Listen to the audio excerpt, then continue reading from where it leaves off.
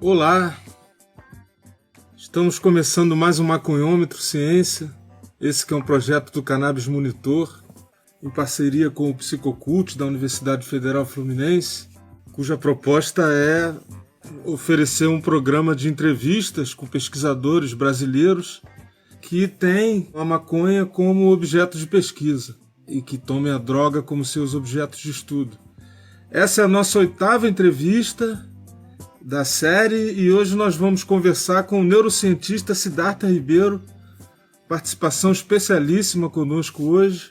Enfim, mas para quem não me conhece, sou Marcos Veríssimo, antropólogo, formado pela Universidade Federal Fluminense, sou pesquisador associado ao Instituto de Estudos Comparados em Administração de Conflitos da UF, o INCT-INEAC, sou professor da rede pública de ensino, professor de Sociologia, sou pesquisador do Psicocult, escrevi uma tese sobre a cultura canábica, né? E é isso, né? Hoje mais um dia especial aí para a gente, né? Estamos recebendo o nosso amigo Siddhartha Ribeiro, né? Um pesquisador de destaque que costuma ser ouvido aí, né? No Brasil bastante.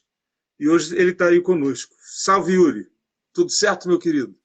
Salve, velho, beleza? Belezinha?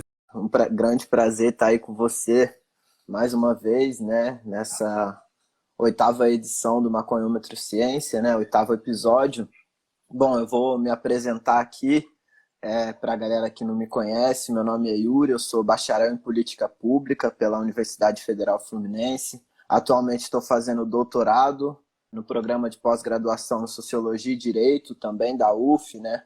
E assim como o Veríssimo, né? Eu sou pesquisador vinculado ao INEAC, que é um Instituto de Estudos Comparados em Administração de Conflitos, e ao Psicocult, que é um núcleo de pesquisa sobre psicoativos e cultura, coordenado pelo professor Frederico Policarpo, que é antropólogo, foi aí, né, o nosso precursor aqui das lives. A primeira entrevista a gente fez com ele, né? Bom, mas só para poder dar esse panorama, né, do ponto de vista que a gente está falando das ciências sociais, mas, né, a proposta do podcast e das lives aqui do Maconhômetro Ciência é justamente um projeto que visa dialogar com estudos, né, dos mais diversos segmentos e áreas do saber. Então, a gente quer contribuir com esse programa aqui para um mapeamento da produção acadêmica sobre a maconha e a política de drogas na atualidade.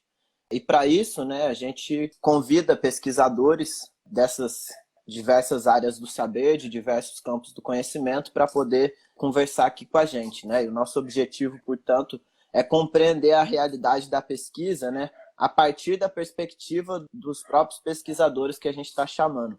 Bom, como você já brevemente apresentou, né, Veríssimo? Hoje a gente vai receber aqui um convidado especial, que é o professor Siddhartha Ribeiro, que é professor titular de Neurociências e vice-diretor do Instituto do Cérebro da Universidade Federal do Rio Grande do Norte. Ele é bacharel em Ciências Biológicas pela Universidade de Brasília, mestre em Biofísica pela Universidade Federal do Rio de Janeiro e doutor em Comportamento Animal pela Universidade Rockefeller, né, com pós-doutorado em Neurofisiologia pela Universidade de Duke. E a experiência dele, né, se concentra aí nas áreas da neurotologia, neurobiologia molecular, neurofísica, neurofisiologia de sistemas, e ele atua principalmente nos seguintes temas, né? O sono, sonho, a memória, plasticidade neuronal, comunicação vocal, competência simbólica em animais não humanos, psiquiatria computacional, neuroeducação, psicodélicos e política de drogas, que são aí os nossos principais interesses, né? É uma pessoa, certamente, que tem, nos últimos anos, né, contribuído seriamente, né, para o desenvolvimento científico, né, na produção do conhecimento sobre a cannabis medicinal, né, na medida que hoje se fala muito, né, sobre as apropriações terapêuticas, né, os usos da maconha, né, em diversas esferas da medicina, e isso não seria possível sem o desenvolvimento, né, de várias frentes de pesquisa, entre elas a neurociência. Salve, Marcos, salve, Yuri, salve todo mundo, todas, todos. Tudo bom? Tudo jóia com vocês? Tudo certo. Legal. Muito bom estar aí com você, Siddhartha. Agradecemos muito aí por você ter aceitado o convite para poder participar do debate aqui com a gente, né? Contar um pouco mais sobre a sua carreira acadêmica, enfim, sobre os aspectos que você vem trabalhando, as pesquisas que vem realizando. Enfim, é um grande prazer, né, tê-lo aqui no nosso Maconhômetro Ciência. Legal, um prazer estar com vocês também. Obrigado pelo convite. Maravilha. Então, Siddhartha, eu queria começar te pedindo, né, para você falar um pouco da sua trajetória, né, de como foi desde lá do começo, né, quando você começou a fazer pesquisa e aí a sua consolidação hoje como um pesquisador de destaque no campo científico brasileiro. Marcos, eu comecei a me interessar por biologia quando eu estava no ensino médio e eu queria fazer, eu gosto muito de mergulhar. E eu queria ir trabalhar com Jacques Cousteau, eu queria trabalhar no Calypso, lá passar a vida pesquisando vida marinha. E aí então eu me enfiei na cabeça que eu ia fazer biologia marinha na UFRJ. Aí a minha mãe, eu morava em Brasília, sou de Brasília, e a minha mãe não queria que eu saísse de casa tão cedo, então ela falou, por que você não faz um estágio em biologia na universidade para ver se você gosta? E eu gostei. Eu entrei no laboratório de microbiologia e fiquei apaixonado assim, pelo ambiente do laboratório, pelas coisas de química, de bioquímica e tal. E aí eu fiquei muitos anos lá, então eu tinha de 15 para 16 anos. E fiquei fazendo microbiologia até o final da graduação. Aí no final da graduação eu tive uma crise política existencial amorosa completa e tranquei o semestre e fui viajar. Dei uma volta na América do Sul, de carona, ou em transporte muito barato, dormindo em pensões muito baratas ou dormindo na praça. Tive 6 meses de viajante e dei uma volta bastante, né? Fui Argentina, Chile, Bolívia, Equador, Colômbia. Foi bem legal essa viagem. E aí lá no Chile eu tomei contato com 2 coisas. Não é que eu já não tivesse contato antes, eu tinha, mas aí não tinha ainda acontecido do jeito certo, que eu falo que foi a mistura de Maturana com marihuana. Então, o Humberto Maturana é um neurobiólogo chileno muito importante para a neurociência e para a gente entender o que é cognição, o que é memória, o que é aprendizado, o que não é a memória, que a memória, na verdade, é um processo. E aí eu travei contato com essas ideias num momento em que também tive um encontro com a marihuana que me abriu portas de percepção. E aí, nessa primeira experiência forte, eu tive como uma espécie de visão por dentro do que seriam pensamentos, sonhos. E aí eu falei, eu quero estudar esse negócio. Aí isso foi em 1992. E aí eu continuei minha viagem, voltei para o Brasil, aí resolvi ir para um laboratório de neurobiologia lá na UNB, depois fui para o UFRJ, fiz mestrado, aí fui para os Estados Unidos, fiz doutorado e fiz o pós-doc. Quando eu cheguei em Nova York para fazer o doutorado, estava num período de inverno, era janeiro. Eu tinha chegado atrasado, fiquei no Brasil fazendo mestrado e me atrasei em relação à minha turma. Então eu cheguei, peguei o bonde andando, não ia nas aulas, não entendia o que as pessoas estavam discutindo, não entendia nem a biologia, que estava avançada porque eu conhecia, mas também não entendia o inglês, que era uma coisa que eu dominava, mas de repente o estresse ficou muito alto, parei de dominar. E aí eu falei, então eu vou trabalhar no laboratório, mostrar serviço, chegar no laboratório, dormir em qualquer lugar. E aí paguei tanto mico que eu falei, não, vou dormir em casa. E aí fiquei em casa, assim, cheguei a dormir 16, 17 horas por dia, muitos sonhos. Passei janeiro, fevereiro e março desse jeito. E assim, falei, não, os caras, meu corpo está me sabotando e daqui a pouco vão me chutar para fora disso aqui, né? Vou rodar. E aí quando chegou entre março e abril, quando chegou a primavera, subitamente eu tive uma virada de adaptação. Então, subitamente eu entendi as aulas, entendi os seminários, estava dando opinião, fazendo pergunta, cheio de amigo, tendo resultados legais no laboratório, curtindo Nova York. Aí, foi uma mudança tão rápida, eu falei, isso aqui merece atenção, né? O que aconteceu? O meu corpo não estava me sabotando, meu corpo estava me preparando. E aí eu fui ver que a biologia mesmo sabia muito pouco sobre isso. Como isso acontece? Eu percebi que quem sabia mais sobre isso estava mais na psicologia ou mesmo nos saberes tradicionais, não científicos. E aí eu comecei a fazer uma busca, que é uma busca que, por um lado, é muito da biologia, então eu fiz meu doutorado com estudo de genes ativados durante o sono REM, estudo de atividade elétrica, depois já no pós-doc, estudo da atividade elétrica dos neurônios durante o sono REM e não REM. Então, uma coisa bem de mecanismo biológico, mas também fui...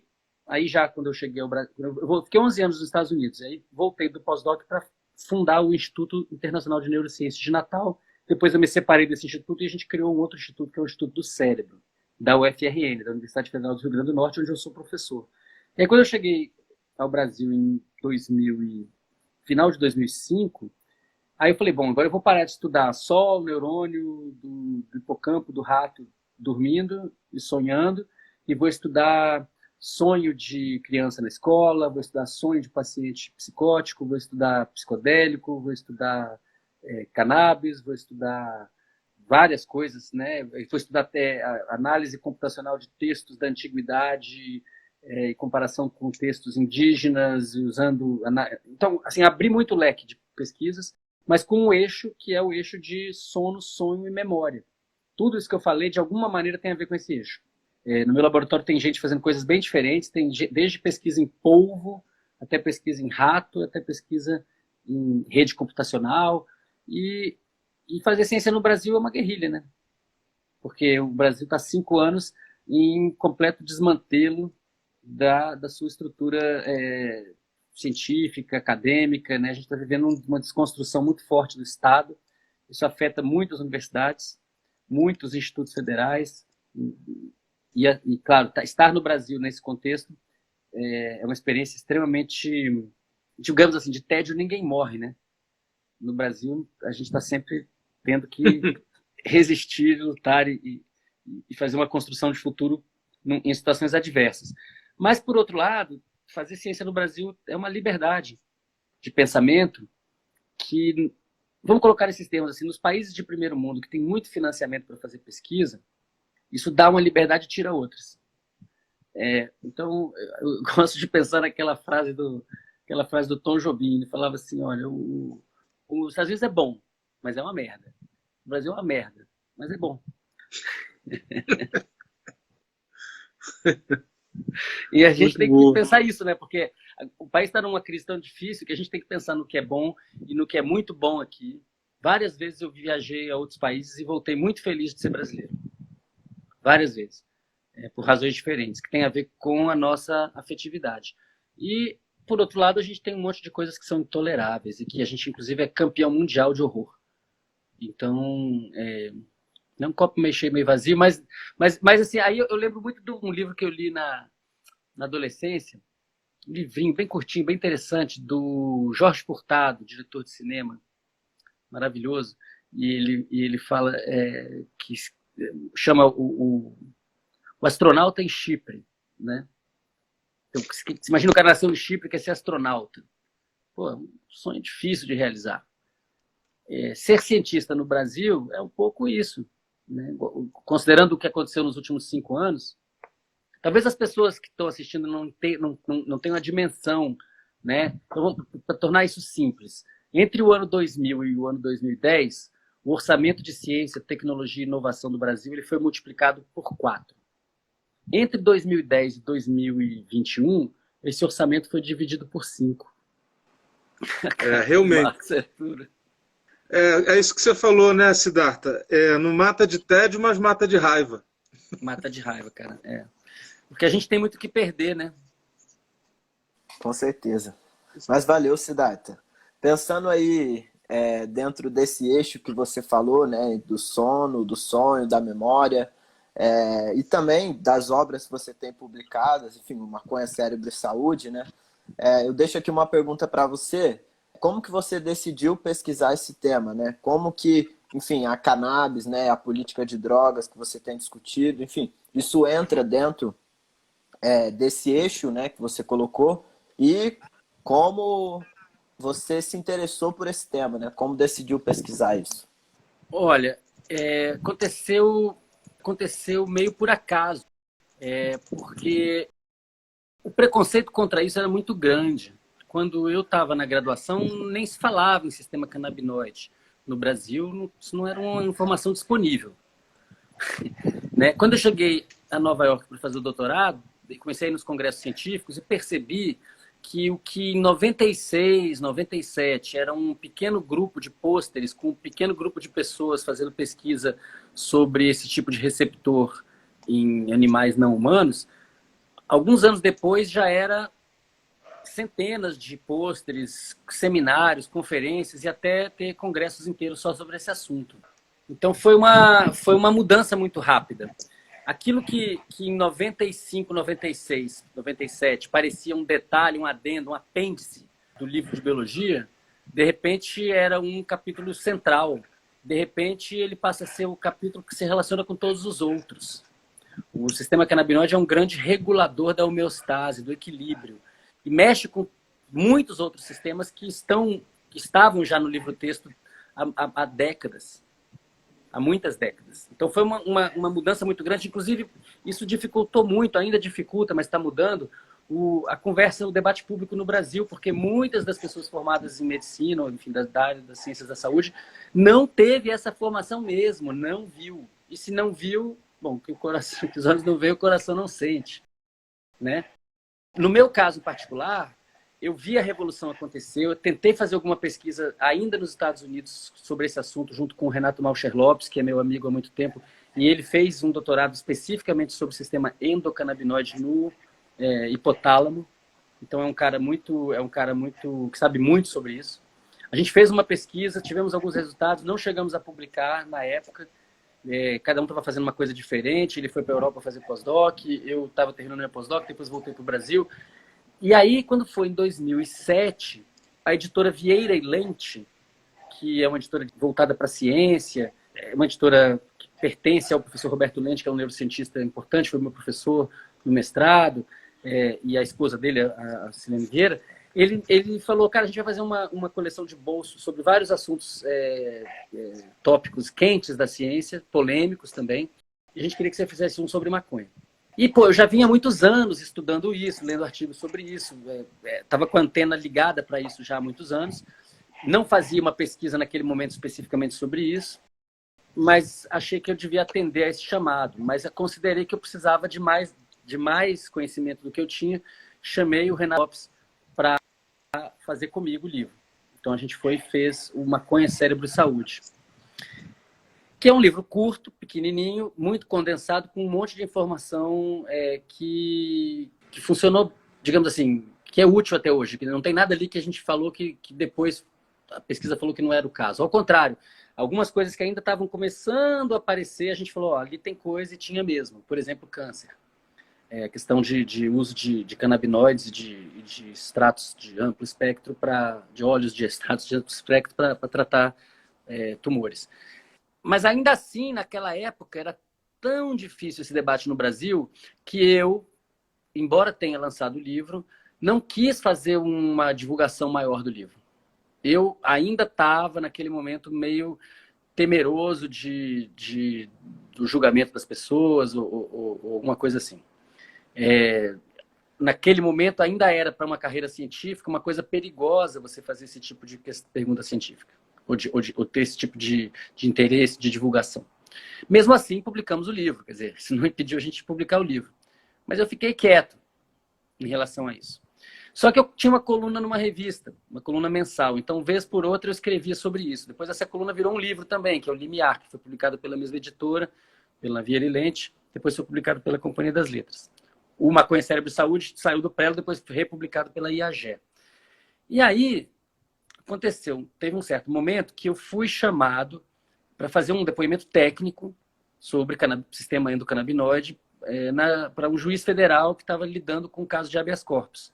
Então fui lá conversar com o juiz, explicar uma série de coisas, uma série de perguntas que ele tinha sobre o sistema endocannabinoide, e ele finalmente concedeu esse habeas corpus, e quando fez isso, ele ligou o habeas corpus a um suporte técnico da universidade para poder dosar o óleo do paciente, feito pelo paciente, no caso, pela paciente. Então, de repente, passou a ser possível fazer pesquisa com canabinoides por causa desses óleos que começaram a chegar para análise. Eu já tinha, na verdade, um interesse em canabinoides que vinha de alguns anos com colegas, com o professor Cláudio Queiroz, que é um especialista em epilepsia, e com a professora Esther Nakamura, da Federal do Espírito Santo. que é uma pessoa muito importante em farmacologia e que já vinha com essa pesquisa de muito tempo, que vinha inclusive da Unifesp, né, da professora Jandira, do professor Elisaldo Carlini, de toda uma tradição que a Unifesp tem. A gente tem que pensar que nos anos 70 já tinha um cara no Brasil, o grande Elisaldo Carlini, fazendo pesquisa de ponta. O Brasil podia estar no lugar onde Israel está, se não fosse o preconceito e a guerra às drogas. Israel está lá na frente em medicina canábica, lá na frente, bem depois dos americanos e dos alemães, que estão bem na nossa frente, né? E aí, assim, as coisas foram convergindo, né? Então, também, a partir de 2009, eu comecei a me envolver mais no debate público, comecei a também ter posições mais amadurecidas sobre os diferentes aspectos da questão da cannabis, diferentes críticas e contracríticas e argumentos. Então, isso foi amadurecendo, eu fui me envolvendo mais e mais no debate até chegar no ponto que chegou hoje. Agora, eu não tenho nenhuma dúvida, e eu deixo isso bem claro toda vez que eu falo, que a cannabis, o uso terapêutico da cannabis é uma revolução na medicina do século XXI, uma medicina completamente diferente, já chegou, né? E que parece com a medicina do passado, mas ela é diferente porque a gente sabe muito mais sobre o que está contido naquelas flores. Mas então, Siddhartha, te pedi para falar também sobre essa coisa do grupo de pesquisa, né? Como é que né, para o nosso espectador aí, né, que não necessariamente está na universidade, como é que é essa formação de núcleo de pesquisa na universidade, né, que ao mesmo tempo que envolve a produção do conhecimento, envolve a formação de recursos humanos, e aí como é que é a lida com isso?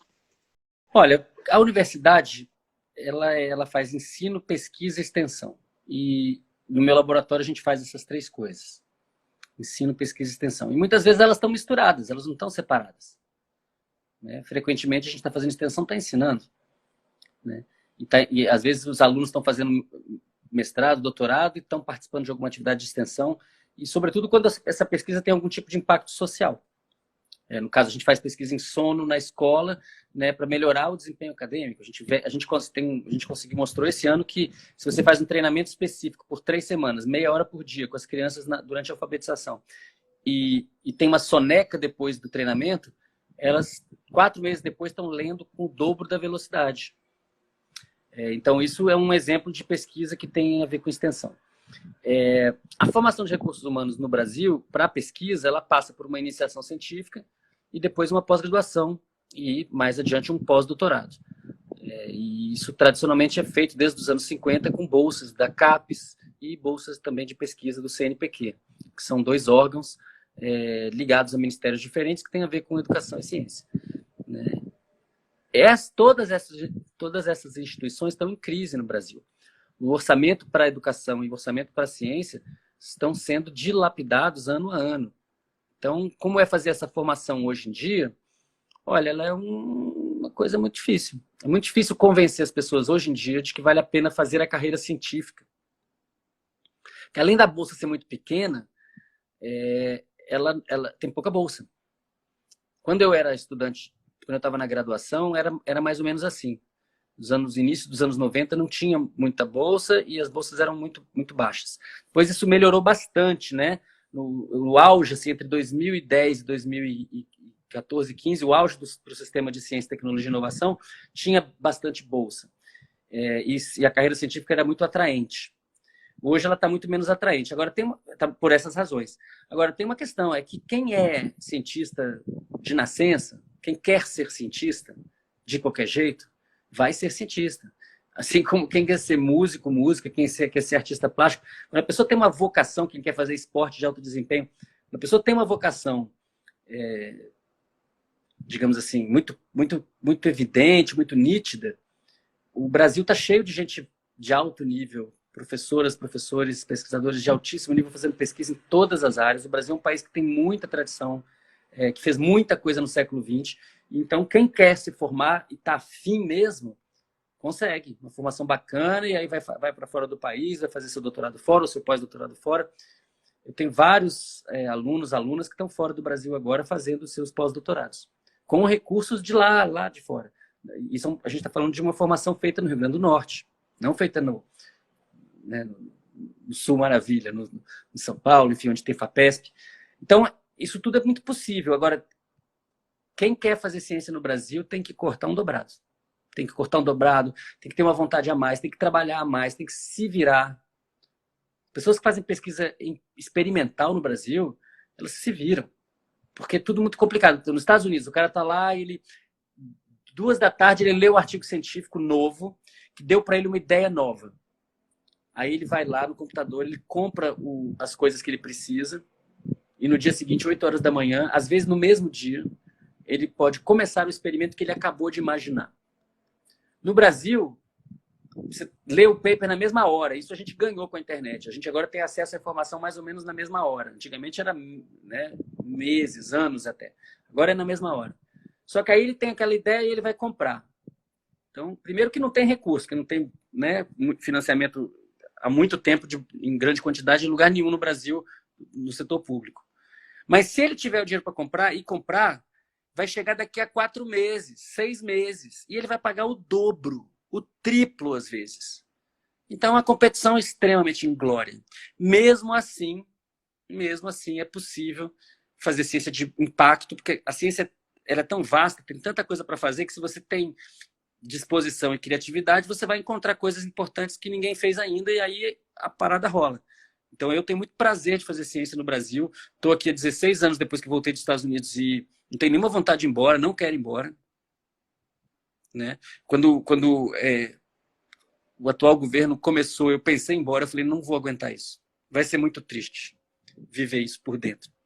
Mas falei, não, mas a gente tem que viver por dentro para poder se livrar disso. Vamos lá. Então a gente tem que se livrar disso, tem que mudar, tem que, né, recolocar o país nos trilhos. Gente, não tem nenhuma coisa misteriosa, não. A gente precisa de uma revolução educacional. A gente precisa de que as pessoas que estão dando aula para as crianças sejam as pessoas mais bem formadas do país inteiro. As pessoas que vão ganhar muito bem e vão ser de alto nível. A carreira de Estado mais importante é de professor de magistério. Se a gente fizer isso por 30 anos, o país toma jeito.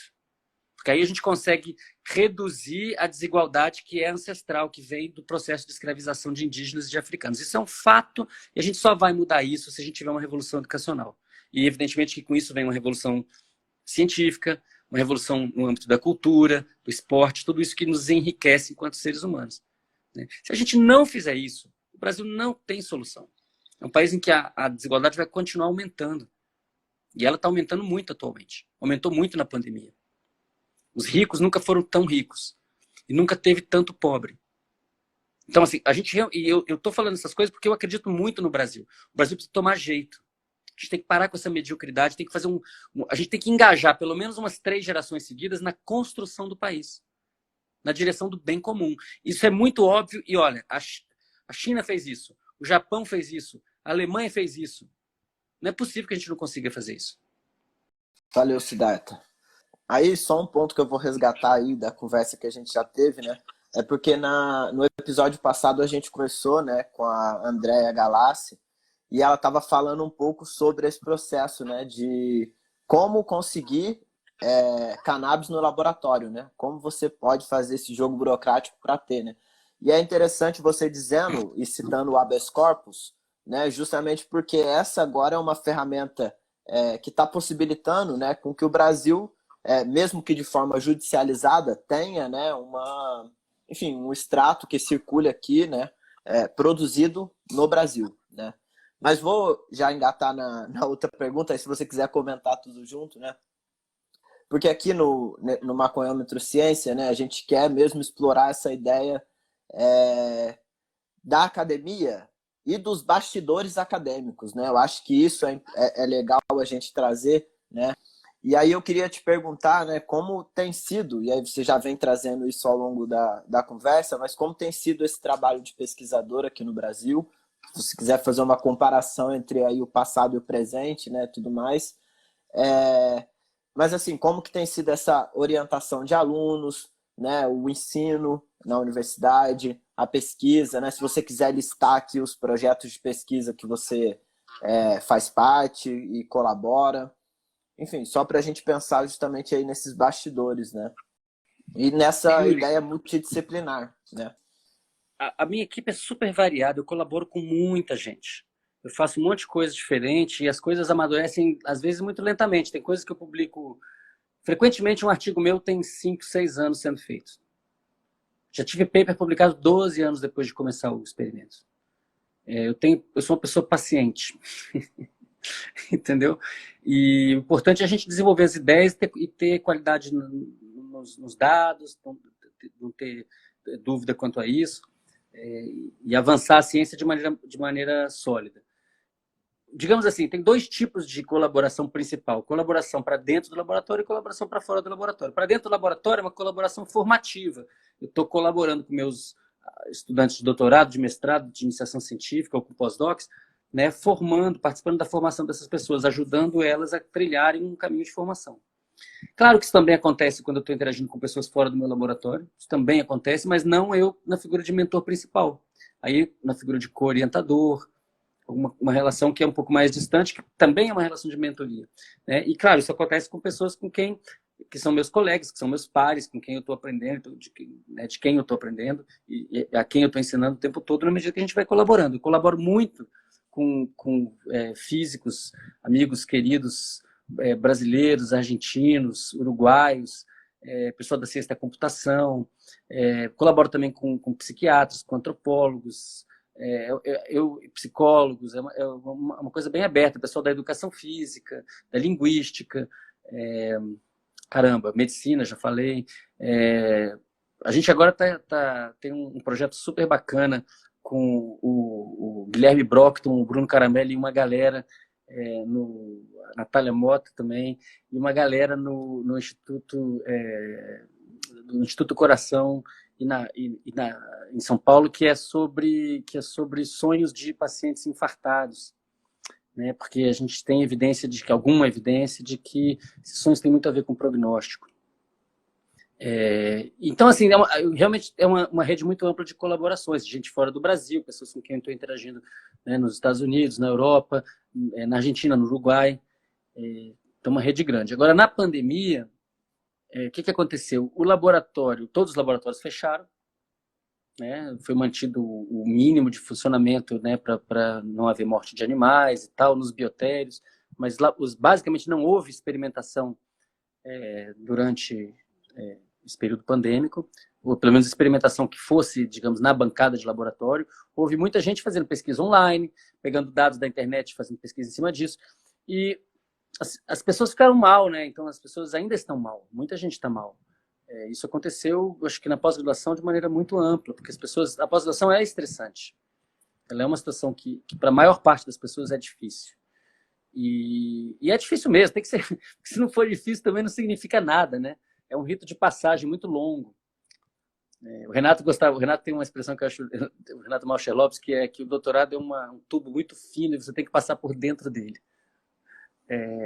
E aí muita gente ficou mal na pandemia. Eu não estressei meus alunos em nada, não sou uma pessoa que estressa aluno para nada.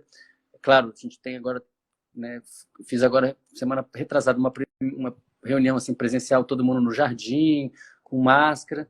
Estamos, né, em tudo continuando como está indo, talvez a gente possa estar retomando as atividades presenciais para valer até o final do ano, mas vamos ver o que vai acontecer aí, né, no Brasil. Ainda não está, a pandemia não acabou ainda. Pode ser que a gente tenha outra onda, ou não sabemos.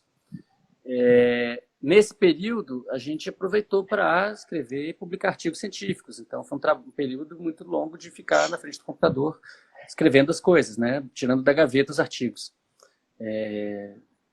E tomara que a pandemia acabe logo, porque tem uma hora que a gaveta fica sem nada dentro, né? Valeu. Queria te pedir também para falar um pouco sobre como é que é essa sua participação no debate público, né? Que é uma coisa que você tem se destacado muito nos últimos anos, né? A gente sabe que, enfim, no Brasil não tem nada parecido com divulgação científica, né? Conforme a gente conhece em outros lugares do mundo, né? Se pensar, por exemplo, né, que o Stephen Jay Gould, né, nos Estados Unidos, ele aparece em episódios dos Simpsons, né? Isso dá uma noção muito clara, né, do que é o papel de um divulgador científico, né, onde isso acontece. Aqui no Brasil nada parecido, mas você tem conseguido conversar para fora dos muros da academia, então a ideia é pensar um pouco sobre isso. Cara, foi uma decisão que eu fiz em algum momento, sabe? Eu ainda estava nos Estados Unidos. Isso começou quando eu fui chamado para escrever em jornal e revista. Isso aconteceu, vou te falar, em 2004. Até 2004, eu, eu não tinha nenhum contato com a imprensa. Tinha um pouquinho de contato, assim, quando saía um artigo, às vezes a imprensa fazia algum tipo de repercussão daquilo, mas eu não tinha um texto meu na imprensa até 2004. Então eu estava com 33 anos. E aí eu tive esse convite para começar a escrever no Estadão, na Folha, e aí tive convite para fazer essa coluna mensal. No começo, essa coluna mensal me dava um trabalho que durava 30 dias. Eu ficava 30 dias sofrendo com aquilo, pensando naquilo. Era uma coluna pequenininha, 3.000 toques, e era super difícil fazer, e tinha cara de paper, cheio de referência, super truncado, difícil de ler. E aí aquilo foi uma escola para mim, foi a mente cérebro. Foi muito bacana trabalhar nessa revista. Eu fiquei mais de 10 anos com uma coluna mensal. Então isso foi me dando, foi a escola da periodicidade e de ter um certo público, tinha algum feedback, né? Editoras muito maravilhosas, e aí aquilo foi virando um jeito de eu aprender a fazer divulgação científica, fazer um texto que as pessoas curtam ler, que a pessoa possa ler aquilo em alguns minutos e levar aquilo adiante, passar aquela conversa, porque aquilo capturou a imaginação dela. E isso é narrativa, isso é literatura. Sempre gostei de literatura, desde criança. Eu com 9, 10 anos estava entrando em concurso de literatura, muito por estímulo da minha mãe, que me estimulava a escrever, estímulo da professora, da tia Jo, na 4ª série, que me estimulava a entrar em concurso. Comecei a ganhar menção honrosa, aí ganhei concurso, aí viajei. Então isso vem desde infância, adolescência teve também. Meu primeiro livro é de ficção. E publiquei isso ainda no doutorado. Então, assim, na hora que essas coisas se juntaram, foi muito bom para mim, foi muito divertido. E aí isso veio crescendo, isso virou o Oráculo da Noite, que é um livro de divulgação científica, mas que é um livro muito literário. O fato do assunto principal ser os sonhos permite, né, uma construção literária de um assunto que é científico. Valeu, Siddhartha. É justamente essa ideia da narrativa, né? De como você dialoga com as pessoas através do seu material. Tudo a ver aí com o que o Veríssimo falou sobre a divulgação científica, né? Mas aí eu vou puxar também agora, né? Fico puxando os pontos aqui da nossa conversa, né? Você, no começo, tinha falado um pouco sobre esse desmonte da ciência, por um lado, né? Que tem acontecido, e, por outro lado, a liberdade em pesquisar, né? Então eu vou colocar aqui para você uma pergunta que diz respeito aos desafios de se pesquisar, né, sobre o tema da cannabis na área da academia e na área da neurociência aqui no Brasil, né? Se há muita resistência, conservadorismo, oposição, como isso é enxergado dentro da academia, né? E como isso é enxergado também para fora dela. Olha, Yuri, o assunto de pesquisa em cannabis, assim como, diga-se de passagem, de psicodélicos, há 20 anos atrás era para encerrar a possibilidade de uma carreira jovem de pesquisa. Era um assunto que não ia ter nenhum tipo de apoio, muito preconceito. O professor Dartil sofreu muita pressão por seus colegas, causada por colegas de trabalho, para poder fazer a pesquisa sobre a cannabis como porta de saída para o crack, por exemplo. Tá? O professor Elisaldo Carlini, pouco antes de nos deixar, teve que ir na delegacia dar depoimento. Quer dizer, imagina, o Carlini, o grande mestre Carlini, entendeu? Que lá com o padre Ticão foram pioneiros de abrir a cabeça das pessoas e avançar essa questão. Então, assim, isso realmente foi verdade, eu diria que ainda é em algum grau, mas as coisas estão mudando muito rápido. Né? Canabinoides e psicodélicos são remédio, vou falar de novo, remédio. Fase 3, ensaio clínico, randomizado, controlado, lá nos Estados Unidos, lá na Nature Medicine. Já foi. Essa já foi. Quem estiver dizendo o contrário tapando só com a peneira, e isso não tem perna comprida. A gente tem que pensar que o debate sobre isso no Brasil está fraudado há muito tempo. Os proibicionistas, eles não sabem muita coisa e não fazem questão de saber. Mas isso está caindo por terra. Não é à toa que logo, né, quem foi a pessoa, o grande ideólogo de que né, a gente tem que perseguir a maconha, um dos grandes ideólogos disso no Brasil nos últimos anos, Osmar Terra. Olha o Osmar Terra onde foi parar com as previsões dele sobre a pandemia. Então não tem mais credibilidade científica. Né? Quem disse que maconha é veneno quebrou a cara. Quem disse que THC é veneno quebrou a cara. Não estou dizendo que THC não tenha grupo de risco. Claro que tem, mas isso é outra história. Né? Quase tudo que está na farmácia tem grupo de risco muito mais relevante. Agora, esse debate avançou muito no Brasil. Avançou e avançou por uma razão. Se alinharam forças muito poderosas. Em primeiro lugar, a força das pessoas de se curarem, de se tratarem. Força de quem está doente. E a força dos familiares de quem está doente. Essa força aí, olha, ela move montanhas. Não tem ninguém que consiga enquadrar uma mãe que está tratando sua filha, seu filho. Não tem. Vai perder. Vai levar para o tribunal, vai perder. E vai perder a moral todinha. Segundo, a ciência. A ciência ela é muito anárquica. Então, por muito tempo ela ficou proibida. Tinha uma ciência chapa branca nos anos 60 e 70 falando besteira, mas ela foi engolida. E hoje em dia a ciência está avançando rapidamente em países como Israel, Alemanha, Estados Unidos, Canadá. E quem ficar contra isso daí é que nem ficar contra a penicilina em 1928. Vai ficar falando sozinho. Terceiro, as empresas. As empresas querem participar do mercado. As empresas não aceitam o oligopólio que foi criado no Brasil. Você tem uma empresa fazendo a importação e depois estavam querendo dar patente para outra empresa fazer a produção, que é um absurdo completo. E esse alinhamento é um alinhamento que está avançando a PL 399, que é uma regulamentação, não uma regulamentação radical, ao contrário, é uma solução de compromisso, né? Um equilíbrio que deixa de fora uma série de questões que são relevantes, mas que foi o que foi possível, né? E que, se vier a sanção presidencial, ou se houver veto, se esses vetos forem derrubados, se for do jeito que está hoje, avança bastante, não resolve todos os problemas, mas avança bastante e vai dar muito mais acesso ao uso terapêutico da cannabis para brasileiras e brasileiros. Lembrando que, para pensar em acesso amplo mesmo, para todas as classes sociais e, sobretudo, para os mais pobres, a gente tem que pensar em adoção dessa terapêutica na farmácia viva do SUS e a gente tem que pensar na questão do cultivo individual, que hoje em dia no Brasil está garantido apenas por habeas corpus. E aí, dando continuidade aqui ao que a gente tinha pensado, né, para essa conversa, pedi para você dizer assim, quais foram as suas referências temáticas nessa área, né, em quem você se mirou, né, e não só no campo acadêmico, mas também referências culturais e tal, pessoais, que você diria. Você disse que gosta da literatura, né? Também pode ficar à vontade para explorar esse campo.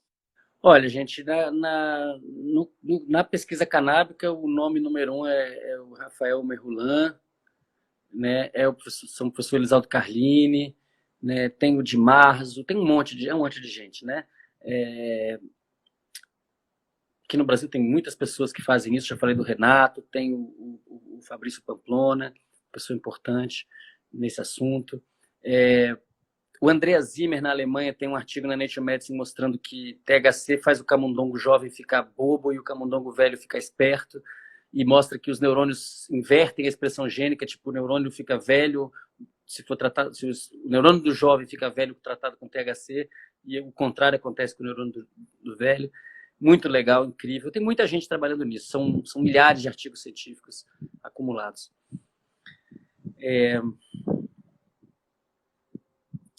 Bom, referências artísticas, eu acho que todo mundo tem as referências do Bob Marley, do Peter Tosh.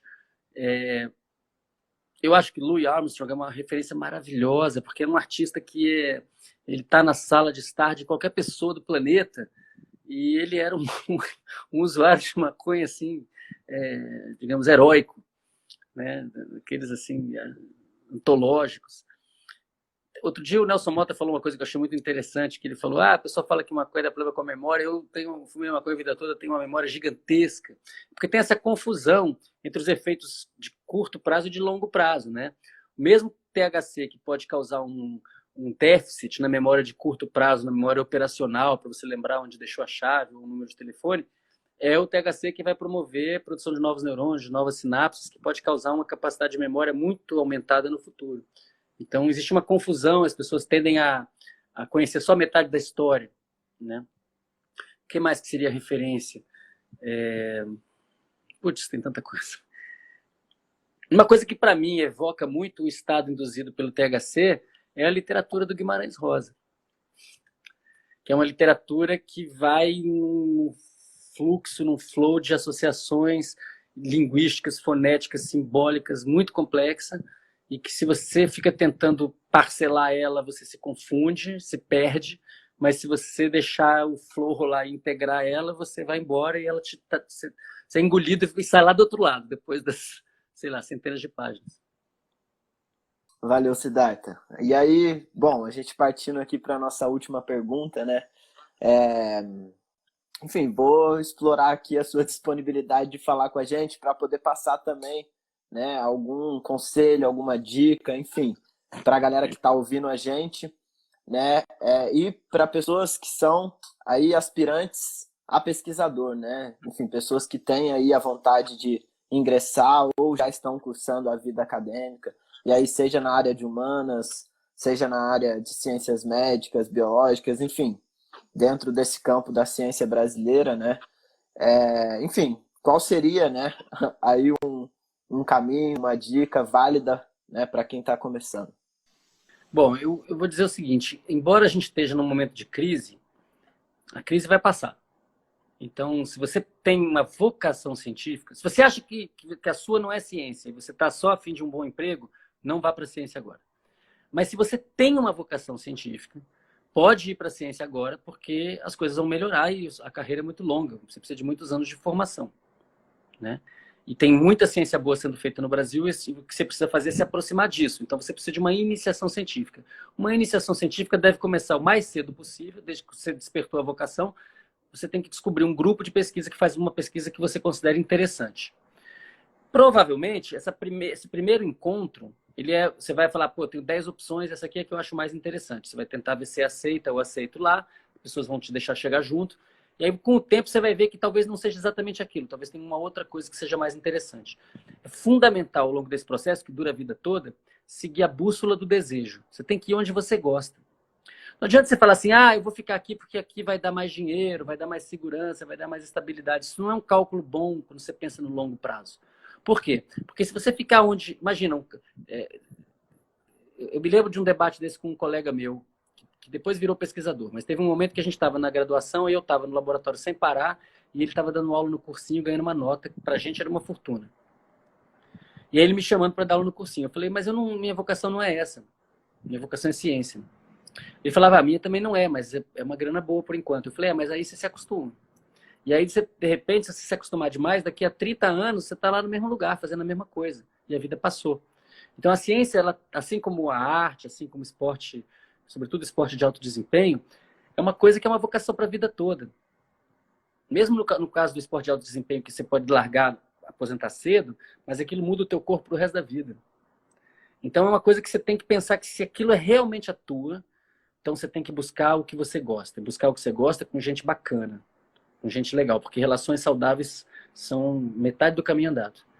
A partir daí, é fazer o seu melhor. É uma coisa que eu falo muito com meus filhos. Eu tenho 2 filhos pequenos, e aí eu falo muito que a gente tem que viver a vida em Kung Fu. O que quer dizer Kung Fu em chinês? Quer dizer trabalho árduo. Então você vai ler um artigo científico, você vai ler aquilo com calma e direito. Vai se dar o tempo de entender aquilo. Porque às vezes a gente está tão ansioso que não consegue entender as coisas que lê. Né? Você vai lavar uma panela, então lava aquela panela direito. Né? Você vai varrer uma casa, varre a casa direito. No fundo, isso é o segredo de viver bem. Agora, na ciência, isso é muito importante, porque se você não faz aquilo direito, você vai chegar em conclusões que não são verdadeiras. E aí aquilo não serviu para nada. Né? Claro, Kung Fu é importante esse trabalho árduo é importante em qualquer atividade. Na ciência é sumamente importante. Então, se tem algum conselho, né, se conselho fosse bom, a gente não dava, vendia. Mas, se eu puder falar alguma coisa à guisa de conselho, é que vocês façam o que gostam, sigam a vocação de vocês, independente das intempéries atuais, e que façam isso da melhor forma possível, sempre. Valeu, Siddhartha. Vou passar aqui, então, para as nossas considerações finais, né? Vou, enfim, pedir para o Veríssimo aí se despedir, você também. Só agradecer aí a presença do Siddhartha. Valeu, Siddhartha, por ter vindo aí falar com a gente, né? Enfim, é sempre bom te receber. Pena que a gente está passando por esse período tão esquisito, né? Enfim, e os encontros presenciais estão ainda um tanto interditados. Mas, enfim, valeu aí por ter vindo falar com a gente. Massa, prazer estar com E a vocês, gente se gente. vê. Obrigado. Valeu. Um abração para todo mundo em casa. Axé. Siddhartha, muito obrigado. Agradeço aí a sua participação, por ter vindo mesmo aí trocar uma ideia, né? Enfim, falar um pouco sobre esses bastidores acadêmicos, né? E tudo mais sobre a ciência, a cannabis, a política de drogas. Queria deixar aqui os agradecimentos ao INEAC, ao Cannabis Monitor, ao Gustavo, né? Que está aqui nos bastidores, na produção da live do podcast, ao Psicocult, à UF, à Universidade Federal do Rio Grande do Norte, enfim, a você. A live ela fica gravada aqui no perfil do Cannabis Monitor, então para quem quiser assistir depois, né? O programa também vai ser publicado em formato de áudio podcast no Maconhômetro, então disponível aí nas principais plataformas de streaming. E para acompanhar mais de perto a atuação, né, do INEAC, do Psicocult, do Siddhartha, eu convido aqui a todo mundo a seguir as páginas, né, que a gente está aqui vinculado nessa live, então o Siddhartha, o Cannabis Monitor, Maconhômetro, Psicocult, e quem puder contribuir, né, com o trabalho do Cannabis Monitor, fortalecer, né, a campanha coletiva, que é o apoia.se/Cannabis Monitor. Todo o trabalho aqui é voluntário. Então, mais uma vez, muito obrigado, Siddhartha. Foi um prazer, foi muito bom o diálogo. Valeu. Obrigado a todo mundo que assistiu. Deixo aqui um abraço. Valeu. Um abraço, Marcos. Um abraço, Yuri. Axé. Abraço.